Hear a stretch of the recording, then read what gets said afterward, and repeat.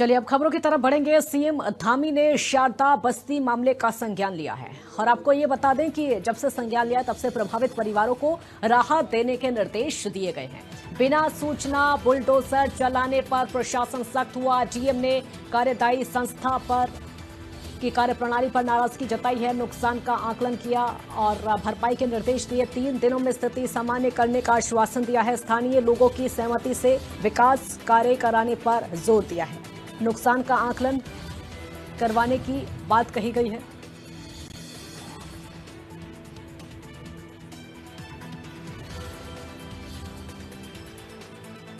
तो प्रभावित परिवारों को राहत देने के निर्देश साफ तौर पर दे दिए हैं। बिना सूचना बुलडोजर चलाने की बात कही गई है। सीएम धामी का संज्ञान, डीएम का एक्शन, चंपावत में एक्शन लिया है। देखिए एक्सक्लूसिव तस्वीरें भी हम आपको दिखा रहे हैं, आप देख सकते हैं एक्सक्लूसिव तस्वीरें। शारदा बस्ती मामले पर प्रशासन पूरी तरीके से सख्त है। डीएम ने कार्यदायी संस्था की कार्यप्रणाली पर अब नाराजगी जताई है। नुकसान का आकलन करके जल्द भरपाई के निर्देश दे दिए गए हैं।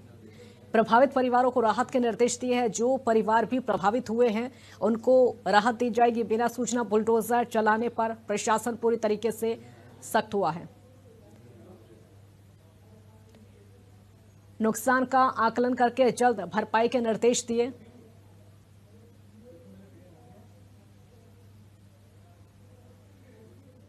सभी विदित हैं, शारदा कॉरिडोर के कई सारे घटक हैं जिन पे जो कार्य है समयबद्ध कार्य है।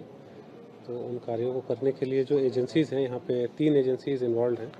एक जो है वो कॉन्ट्रैक्टर साहब हैं, दूसरे आपके जो यूपीडीसीसी है उनके प्रतिनिधि इसमें इन्वॉल्व हैं और साथ ही साथ यूआईडीबी जो कंसल्टेंसी फर्म है, पीएमयू फर्म है, वो है। तो ये तीनों एजेंसीज़ के द्वारा यहाँ पे जो शारदा कॉरिडोर के लगभग 3 जो हमारे प्रमुख कार्य हैं वो यहाँ पे गतिमान है, जिसमें किरोड़ा नाले का कार्य जो है वो अभी अवगत किया गया कि 45% हो गया है। दूसरा कार्य जो है घाट का है। घाट में एक पोर्शन जो है वो फॉरेस्ट का है और एक पोर्शन जो है वो रेवेन्यू डिपार्टमेंट की लैंड का है। तीसरा जो कार्य है वो जैसा कि आप विदित हैं, एक हमारा सिटी ड्रेनेज प्लान है।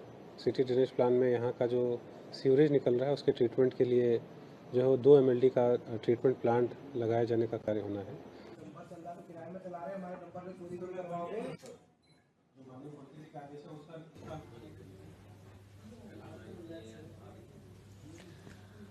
सुरेंद्र गुप्ता हमारे साथ जुड़े हैं और ज्यादा जानकारी के लिए। सुरेंद्र, डीएम ने सीधे तौर पर अब एक्शन ले लिया है। सुरेंद्र, अनम्यूट कर दीजिए सुरेंद्र।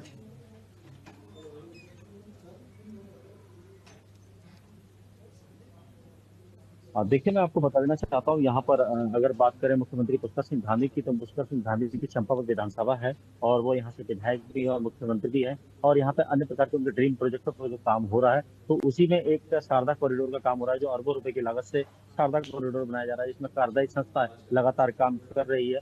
तो वही कार्यदायी संस्था ने बगैर अनुमति के कुछ घरों पर, कुछ मकानों पर, कुछ दुकानों पर बगैर अनुमति के बुलडोजर चला दिया, जिसमें काफी नुकसान हुआ। इसको लेकर उन्होंने जो स्थानीय लोग थे उनका साफ तौर पर कहना है कि बगैर अनुमति के हमारे बुलडोजर चला गया, जिसकी क्षतिपूर्ति करनी होगी।